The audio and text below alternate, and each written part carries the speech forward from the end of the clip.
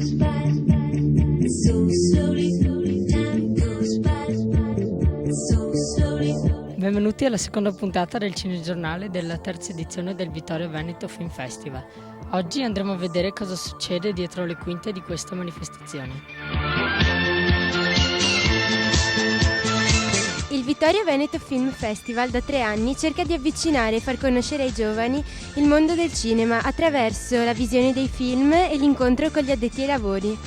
Quest'anno abbiamo il regista Francesco Bruni con Scialla, il film rivelazione dell'anno. Com'è nata l'idea di Scialla? È difficile dirlo, diciamo che ci sono dentro degli elementi autobiografici, in particolare un mio rapporto con un figlio adolescente non proprio appassionato della scuola. Diciamo, è partito tutto da lì, poi ovviamente ho romanzato e ho inventato la trama. Com'è stato girare il film? Avete incontrato delle difficoltà? Ma guarda, è stata un'esperienza molto bella, molto positiva, non ci sono state difficoltà. C'era una grandissima partecipazione da parte di tutte le persone che hanno lavorato in tutti i reparti, quindi devo dirti che ho avuto l'impressione che fosse facile, forse perché avevo le idee molto chiare su quello che volevo fare.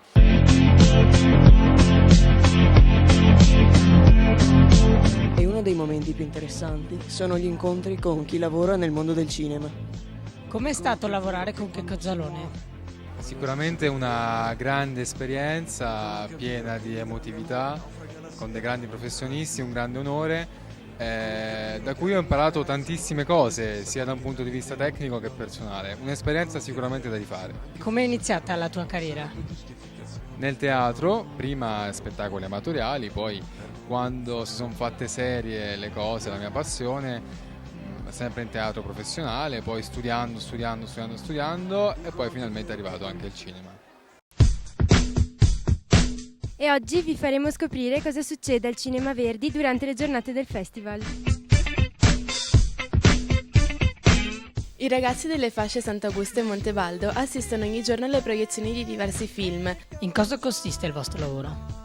Dunque, noi siamo le responsabili di sala, la sala Sant'Augusta. Noi abbiamo la responsabilità di aiutare 200 bambini circa, quest'anno erano 205, a guardare bene il film e poi a parlarne insieme.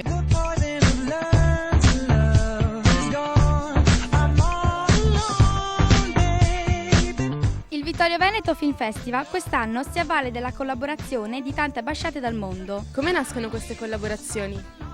È fondamentale uscire al di fuori dei confini territoriali per avere un confronto con cinema di altre realtà. La differenza tra me e te non l'ho capita fino in fondo veramente bene. Me e te. È uno tra i doppiatori più famosi in Italia. A Vittorio Veneto, Nisser Riccardo Onorato. Come si diventa doppiatori? Si diventa doppiatori o si nasce nella sala di doppiaggio, come nel mio caso perché a 6 anni già stavo in una sala, oppure con tanta passione e un po' di talento all'inizio inizi a studiare recitazione, inizi a studiare dizione, inizi a studiare articolazione e poi tutto l'aspetto tecnico che è il sync, che è il portare la voce in un certo modo, usare la voce in un certo modo, quindi un po' più alta, un po' più bassa, a secondo di quello che il personaggio richiede. E qui al Teatro della Ponta è intervenuto Raffaele Buranelli. Te hai lavorato sia nel cinema che nella televisione. Quale delle due cose preferisci?